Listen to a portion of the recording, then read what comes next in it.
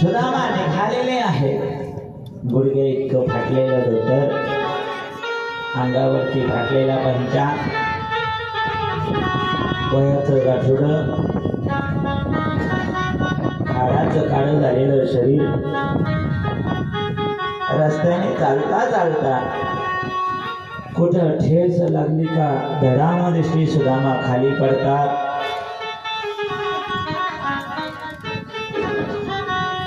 कसे स्वतःला सावरतात आणि हळूहळू एक एक पाऊल पुन्हा द्वारकेच्या दिशेने टाकायला सुरुवात करतात.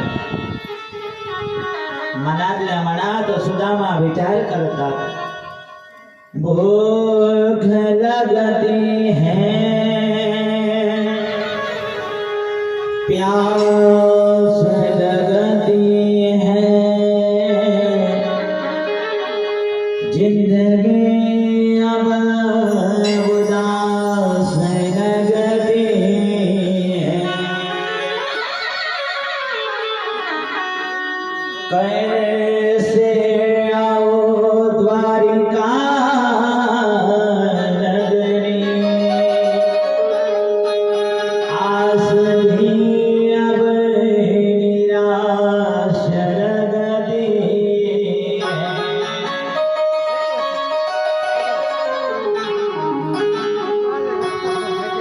सुदामा हळूहळू द्वारकेच्या दिशेने निघालेले.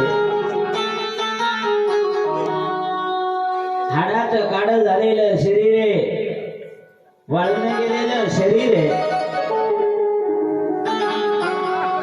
आणि दृढ निश्चयाने भगवंताच्या दिशेने सुदामा निघालेले.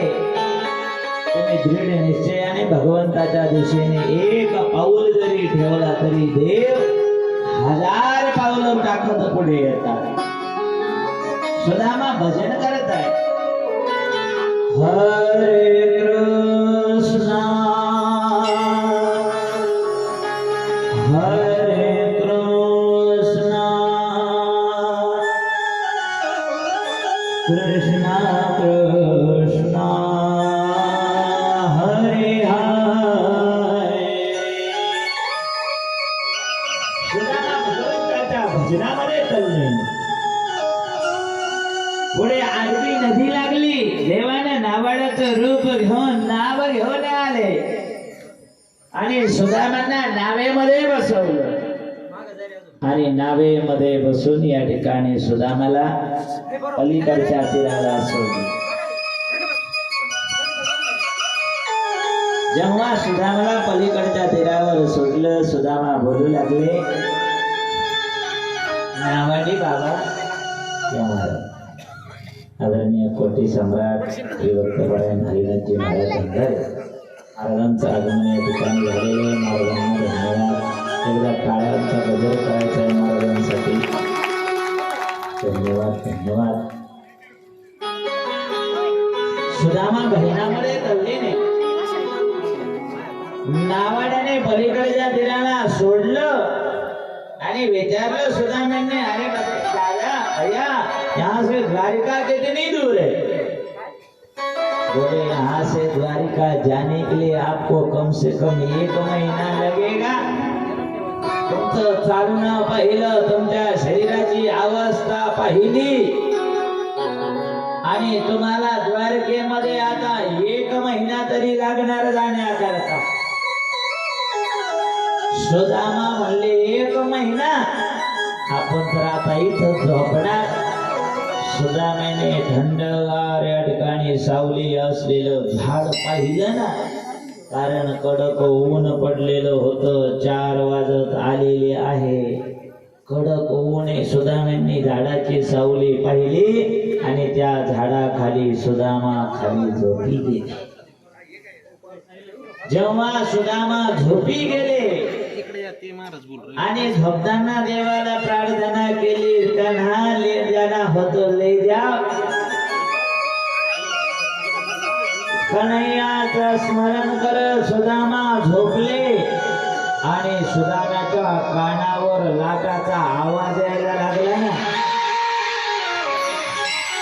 जेव्हा लाटांचा आवाज कानावर पडला, सुदामांनी लाटाचा आवाज ऐकला ना आणि आवाज ऐकून सुदामांची झोप मोडली. सुदामा उठले ना आणि जेव्हा सुदामांची झोप मोडली, पाहिलं अथांग समुद्र दिसायला लागला. पाणीच पाणी.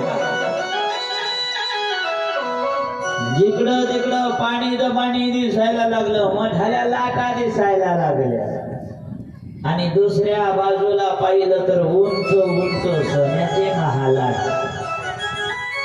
रस्त्याने जाणाऱ्या येणाऱ्यांना विचारलं, अरे भैया ये कौन सा गाव है? बोले पंडित जी ये तो द्वारिका है. बोले अच्छा द्वारिका है?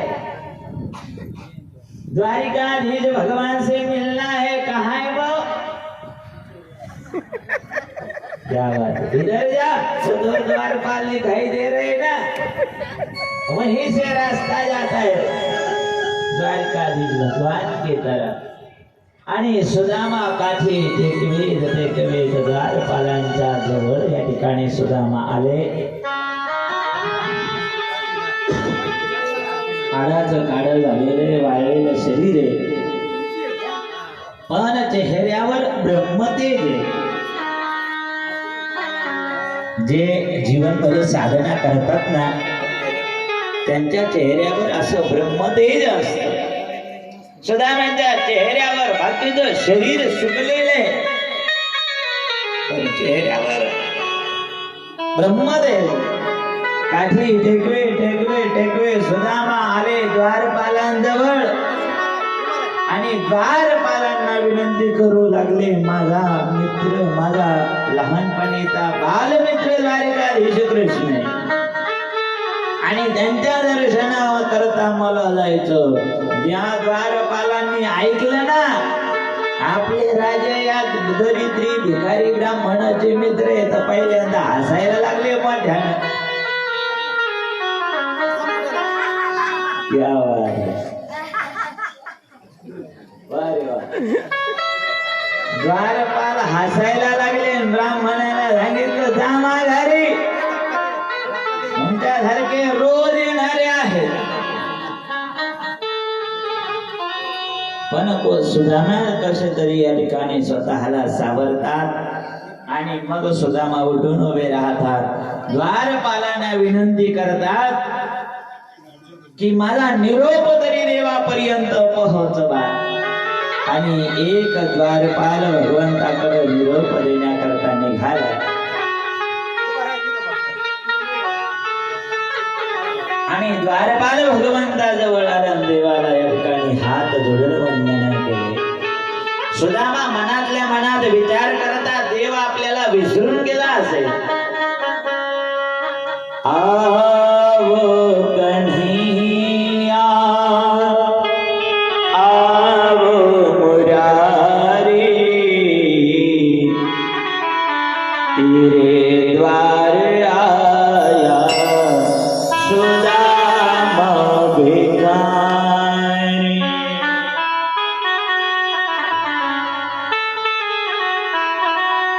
ना कोई घर है ना कोई दर है, फंसे हुए कपड़े तुझे सब खबर है. क्या तुम परीक्षा लेते हो मुरारी, तेरे द्वार आया सुदामा भिखारी.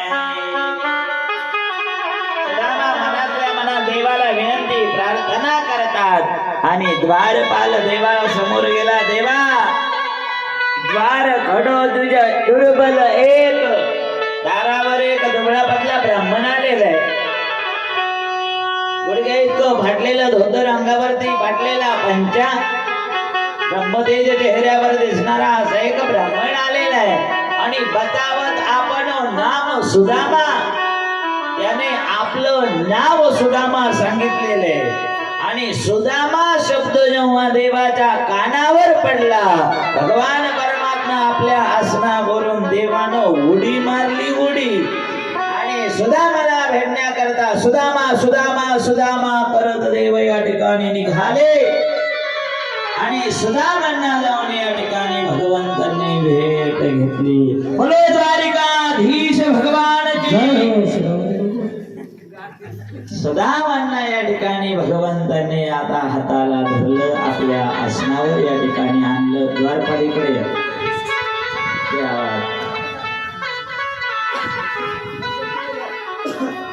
सुदामांच्या हाताला या ठिकाणी धरलं. आणि सुदामांच्या हाताला धरून आपल्या आसनावर आणून बसवलं. सुदामा म्हणले कन्हैया तू वर बसावं, आम्ही खाली बसावं. पण सुदा कन्हैयाने सांगितलं नाही सुदामा, विप्र प्रसादा धरणीधर हम विप्र प्रसादात अजिताज तो हम. आज जे काही आहे ब्राह्मणाच्याच आशीर्वादाने आहे. सुदामाच्या चरणाजवळ देव बसले. आणि चरणाजवळ या ठिकाणी देव बसले. रुक्मिणीला सोन्याच्या घागरीमध्ये पाणी सांगितलं. पण सुदामाच्या चरणाजवळ बसले. आणि जेव्हा या ठिकाणी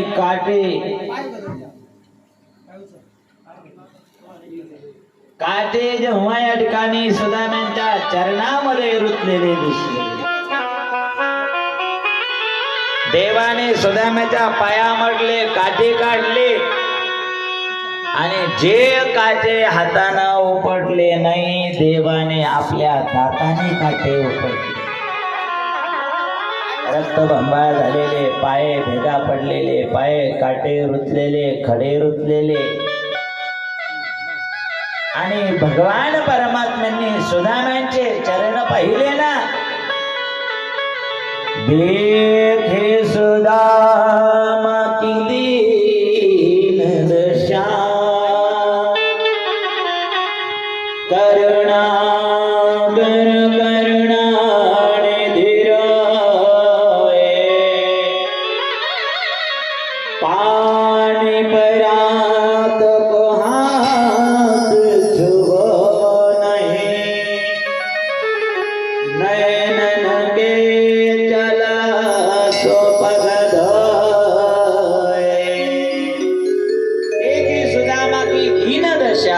करुणाकर करुणा निधी रोय पाणी परातप हात जीवो नाही नैनन के जल सोपगत होय देवाच्या डोळ्यातून खळखळ खळखळ अश्रू प्रवाहित झाले आणि देवाने आपल्या डोळ्यातल्या अश्रूंनी या ठिकाणी चरण प्रक्षालन केले सुदामा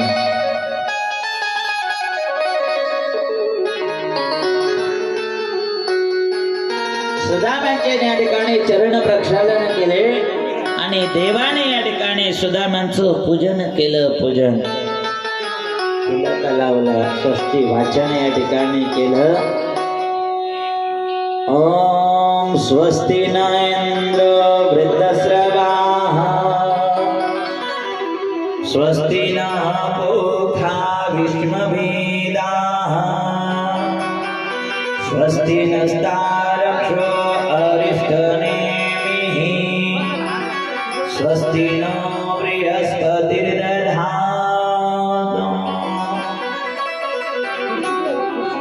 आणि सुदामांच्या गळ्यामध्ये देवाने फुलांचा हार घातला बोलिये द्वारिकाधीश भगवान की जय हो देव कनवाळवे देव कृपाळू आहे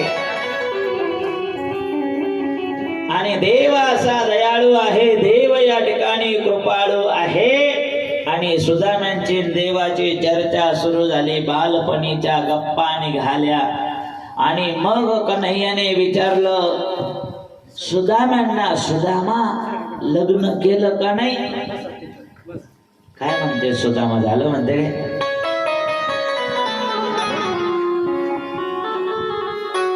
कन्हैयाने सांगितलं माझी तरी इच्छा नव्हती पण घरच्यांनी बळजबरी लावून लग्न लावून दिलं आणि तुझ्या बहिणीचं नाव आहे सुशीला आणि सुशीला नाव देवाने ऐकल्याबरोबर देवाने या ठिकाणी सांगितलं सुशीला म्हणजे नेमकं काय तर सुष्टु शिला यस्या सा सुशीला तिचा स्वभाव सुशीले चांगला स्वभाव आहे माझ्या बहिणीनं माझ्या करता नक्कीच काहीतरी पाठवलेला असेल आणि सुदाम्यांनी बगलातलं गाठोडं लपवलं ना पण देवाला माहिती होतं सगळं जग बदललं पण माझा सुदामा काही बदलला नाही आणि देवाने सुदामाच्या बगलामधलं गाठोडं हिसकावून घेतलं कारण सुदामा आधी लाजाळू होता ना अजूनही लाजाळू होते स्वभाव नाही बदलला सुदामा देवाने गाठोडं हिसकावून घेतलं आणि गाठोडं सोडलं ना त्या गाठोड्यामध्ये 4 घरून 4 प्रकारचे 4 क्वालिटीचे देवानं पाहिले ना पोहे ते पोहे नव्हते चाळणीनं गाळल्यानंतर पोह्याचे तुकडे राहतात ना ते बांधलेले आहेत आणि देवाने त्या पोह्याकडे पाहिलं आणि एक मूठ पोहे या ठिकाणी देवाने आपल्या मुठीत घेतले आणि आपल्या मुखामध्ये देवाने एक मूठ पोहे टाकले आणि एक मूठ पोह्याच्या बदली गाव सोनियाचा दिला मुष्टीभर पोह्या लागी गाव सोनियाचा दिला एक मूठ पोहे खाल्ले त्रैलोक्याचं साम्राज्य देवाने सुदामाला दिलं कारण रुक्मिणीला कळालं ना देव कोणाला कितीही देऊ द्या पण रुक्मिणीची म्हणजे लक्ष्मीची सही झाल्याशिवाय बिल पास होतच नाही देवाला कळालं रुक्मिणीला कळालं आणि रुक्मिणी मैयाने लगेचच देवाचा हात धरला जर देवाने दुसरी मूठ खाल्ली तर आपल्याला 16,108 ला सुद्धा तिकडे झाडू मारायला स्वयंपाक करायला भांडे घासायला पाठवतील म्हणून देवा आम्हाला राहू दे ना प्रसाद देवाच्या हातामधून या ठिकाणी प्रसाद घेतला आणि 16,108 राण्यांना या ठिकाणी हा पोह्याचा प्रसाद रुक्मिणी मैयाने या ठिकाणी वाटला आणि मग या प्रकाश पाटील शिंदे या ठिकाणी आलेले आहेत ज्यांनी या ठिकाणी या हॉलचं काम केलेलं आहे प्रकाश ढोंगणेही खूप खूप धन्यवाद आता त्या ठिकाणी आमचे गायनाचार्य वाघ महाराज डॉक्टर वाघही आलेले आहे, त्यांनाही खूप खूप या ठिकाणी धन्यवाद. भगवान श्रीकृष्ण परमात्म्यांची सुदाम्याची चर्चा सुरू झाली आणि मग सुदाम्यांनी विचारलं, कन्हैया तू केलं कन्हैया खाद लग्न? कन्हैया म्हणले, या खाद थांबा तुमच्या दर्शनाला आणतो. आणि आली ना रुक्मिणी मैया सगळ्यात पहिले मला पुढे हात जोडले सुदाम्यांना. सुदाम्यांनी हात वर करून आशीर्वाद दिला आणि अष्ट सौभाग्यवती भव. रुक्मिणी बाजूला सरकली, जांबवती पाठीमागून आली आणि जांबवती पाठीमागून आली. हात जोडले, सुदाम्यांनी आशीर्वाद दिला, अखंड सौभाग्यवती भव. जांबवती पुढे आली, पाठीमागून सत्यभामा आली. सुदाम्यांनी आशीर्वाद दिला, अखंड सौभाग्यवती भव. कालिंदी पुढे आली, कालिंदीना हात जोडले, सुदाम्यांनी आशीर्वाद दिला, अखंड सौभाग्यवती भव. त्या पुढे सरकल्या पाठीमागून मित्रवृंदा. बस बस बस, तुमच्या तर 16,108 अशाच चालू राहतील. कालिंदी आली, मित्रवृंदा आली, भद्रा आली, लक्ष्मण आले आणि एवढ्या दर्शनाला येऊन गेल्या 100-200 जणी गेल्या ना. सुदाम्यांनी विचारलं, कन्हैया सगळ्या गल्लीतल्या बोलवल्या का काय? कन्हैया म्हणले, नाही नाही सुदामा आपल्याचे. 200 झाले, 400 झाल्या, 500 झाल्या, 1000 झाल्या ना. सुदामाचा हात वर होईना आता आशीर्वाद द्यायला, तोंडातून शब्द निघा ना. दुबळा पतला ब्राह्मण, 8 दिवसापासून उपवासी ब्राह्मण. आणि कन्हैयाला विचारलं, कन्हैया अरे सगळ्या द्वारकेतल्या आणल्या का काय? कन्हैयाने सांगितलं, नाही नाही सुदामा या सगळ्या तुमच्या वहिनीचे. सुदामा म्हणले, कन्हैया किती केल्या रे? सुद्धा कन्हैयाने सांगितलं, अजून अर्ध्या सुद्धा झाल्या नाही, 16,108 आहेत, आताशी 1,000 झाल्या. सुदामा घाबरले ना, एवढ्यांनी दर्शन घेतले तर माझे पाय तरी राहतील का? आशीर्वाद तरी देता येईल का? मग कन्हैया तूच माझं दर्शन घे. आणि भगवान श्रीकृष्ण परमात्म्यांनी सुदाम्याचं दर्शन घेतलं आणि सुदाम्यांनी दोन्ही हात वर करून देवाला या ठिकाणी आशीर्वाद दिला. आपल्या भारत देशामधल्या ब्राह्मणाला एवढा अधिकार आहे, तो जगाच्या मालकालाही आशीर्वाद या ठिकाणी देऊ शकतो. आपल्या ब्राह्मणामध्ये एवढा अधिकार आहे. बोलो द्वारिकाधीश भगवान की जय हो. द्वारकाधीश भगवंता करता, सुदामा करता आणि या सगळ्या राण्यांकरता आणि दोन्ही द्वारपालन करता जोरदार टाळ्या वाजवायच्या आहे. आपला वेळ या ठिकाणी झालेला आहे.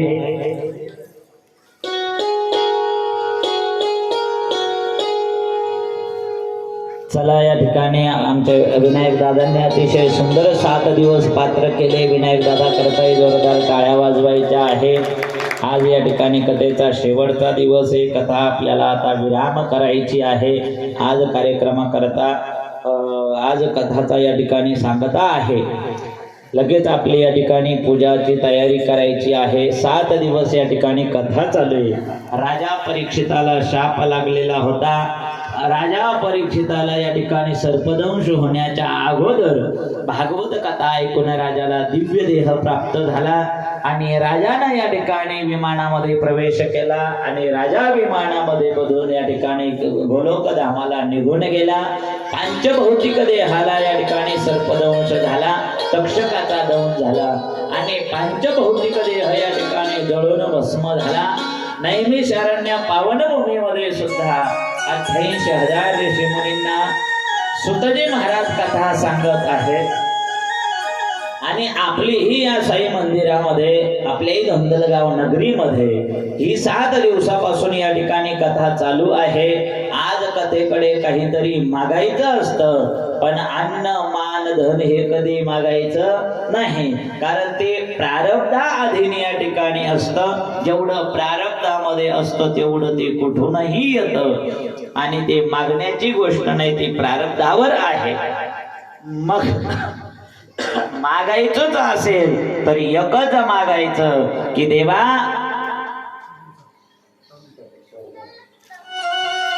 भवे भवे यथा भक्ती पादयोस्तव जायते. देवाकडे मागायचं तर एकच मागायचं, भवे भवे यथा भक्ती पादयोस्तव जायते. देवा तुमची भक्ती घडू द्या, तुमची सेवा घडू द्या, तुमचं अखंड नाम आमच्या मुखामध्ये राहू द्या आणि मेल्यानंतर देवा तुमच्या चरणाजवळ थोडीशी जागा द्या. बाकी आपल्याला देवाकडे काही मागायचं नाही. अन्न मान धन याच्या पाठीमागं या ठिकाणी लागायचं नाही. भगवंताची भक्ती ही जीवनाचं साध्य आहे. कथा या ठिकाणी 7 दिवसापासून आपण या ठिकाणी सगळ्यांनी कथा ऐकली. ज्यांच्या मार्गदर्शनाखाली या ठिकाणी ही कथा चालू आहे, कोटी सम्राट हरिभक्त परायण हरिनाथजी महाराज भंगारे. एकदा महाराजांकरता जोरदार टाळ्या वाजवायच्या. महाराजांची पावन उपस्थिती या ठिकाणी आहे आणि सगळ्यांनी हातातलं काम या ठिकाणी बाजूला सारून 7 दिवस कथे करता हजेरी लावली, उपस्थिती लावली. वक्ता तो वक्ता नाही, श्रोते नवीन. श्रोते असल्याशिवाय वक्त्याला किंमत नाही. म्हणून तुम्ही सगळ्यांनी या ठिकाणी उपस्थिती लावली. एकदा आपापल्या करता श्रोते मंडळी करता जोरदार टाळ्या वाजवायच्या आहे.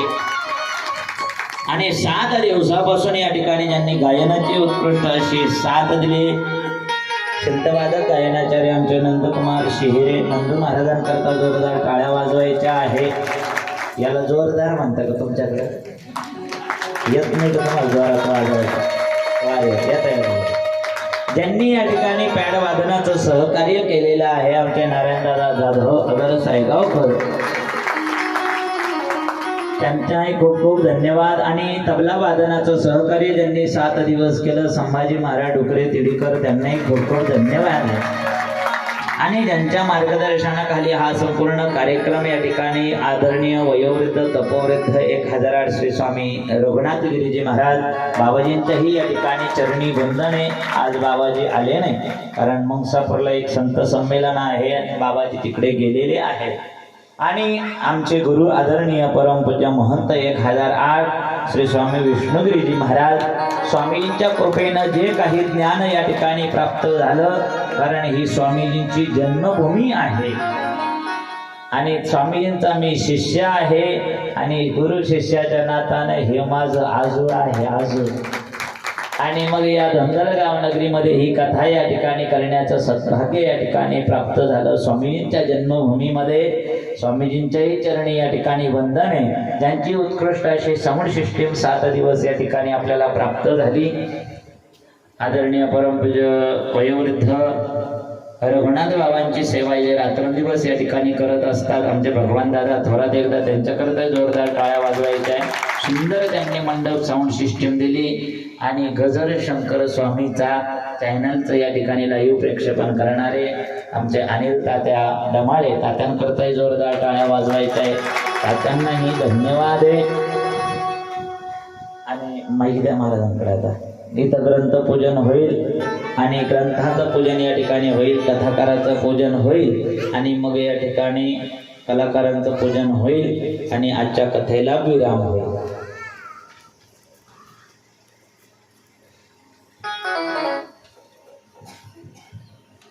ग्रंथाचं पूजन करा. अगोदर ग्रंथ अकरा या वेळेमध्ये काल्याचं कीर्तन होईल.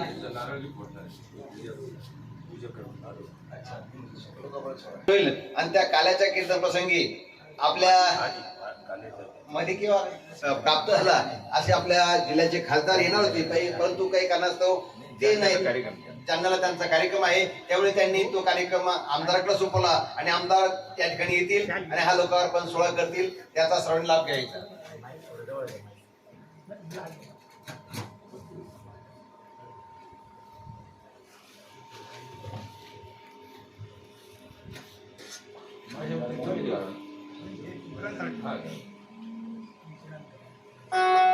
हरि ओम नमो धनंजयाय सहस्रमूर्तये सहस्रबाणाय शुश्रूर्माहुवे सहस्रनाम्ने पुरुषाय शाश्वते नमः कमलनाभाय नमस्ते जलशायिने नमस्ते केशवानंदं वासुदेव नमोस्तुते शंकरं शंकराचार्यं केशवं बादरायणं सूत्रभाष्यकृतो वन्दे भगवन्तो ईश्वरो गुरुरात्मेति मूर्तिभेद विभागिने व्योमद्व्याप्तदेहाय दक्षिणामूर्तये नमः।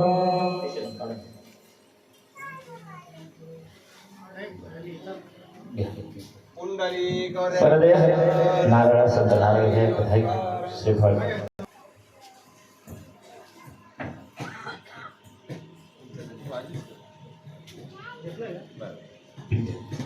गोपाल कृष्ण भगवान की जय।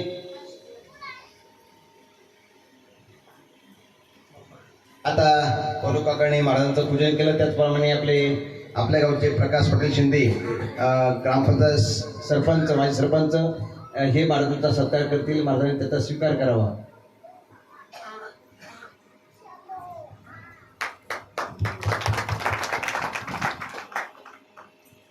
त्यानंतर ज्यांनी 7 दिवस अगदी गायनाद्वारे शिंथ वादकद्वारे आपल्याला या भक्तिरसामध्ये संगीताचा आनंद प्राप्त करून दिला असे आपले नंदकुमार शिंदे यांचा सत्कार या ठिकाणी आपले प्रदीप शिहरे हे होतं तसं आपले प्रदीप भाऊ जिवरक हे त्यांचा सत्कार स्वागत करतील. आदरणीय आपले प्रकाश भाऊ शिंदे यांच्यातर्फे हरिभक्त परायण कोटी सम्राट हरिनाथजी महाराज धनगारी यांचे शाल देऊन स्वागत करण्यात येते. चला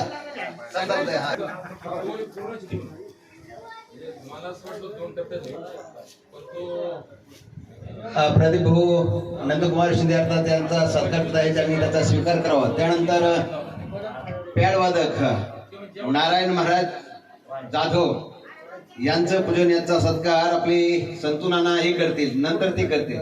नाना या ना चला उठा पटकन नाना लवकर नाव घेतलं की लवकर. पॅडवादक नारायण महाराज जाधव यांचा सत्कार संतू नाना करतील. त्याचा त्यांनी स्वीकार करायचा.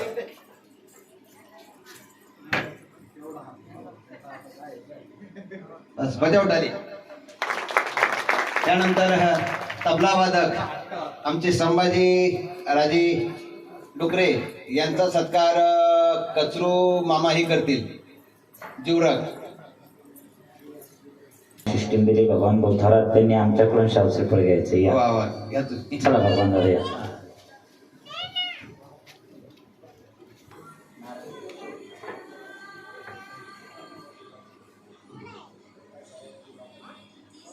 गोपाल कृष्ण भगवान की जय. आणि 8 दिवस ज्यांनी झाकी दर्शन केलं आणि पूर्ण भागवत आपल्याकडे आणून दिला यांचा सत्कार आमचे विनायक महाराज जाधव यांचा सत्कार रामनाथ ढेबरे यांनी करावा. चला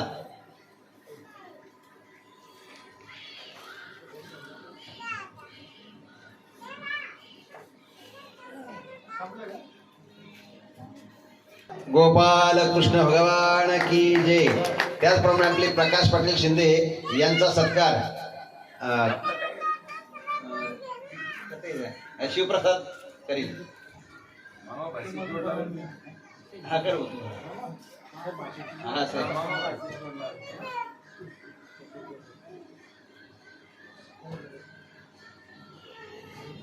गोपाल कृष्ण भगवान की जय. अशाच पद्धतीने दरवर्षी साईनाथ सद्गुरू साईनाथ महाराजांनी कार्यक्रम आपल्याकडून करून घ्यावा.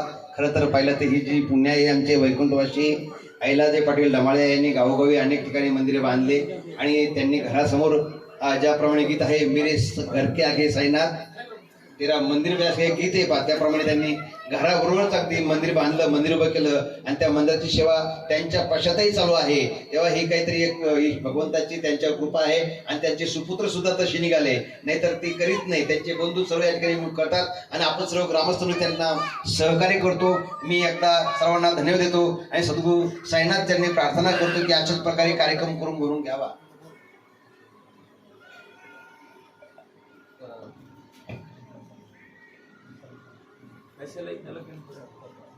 हो वा वा वा.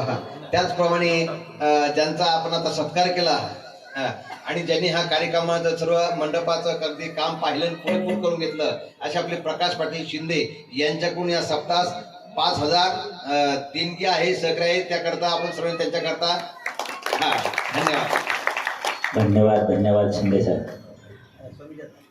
हा चला आता शेवटचा मंत्र आपल्याला म्हणायचा आहे. सगळ्यांनी हात जोडा जागेवरच, साईड असा हात जोडा आणि आपल्याला शेवटचा मंत्र या ठिकाणी म्हणायचा आहे आणि मग आरती करायची. नाम संकीर्तनम यस्य नाम संकीर्तनम यस्य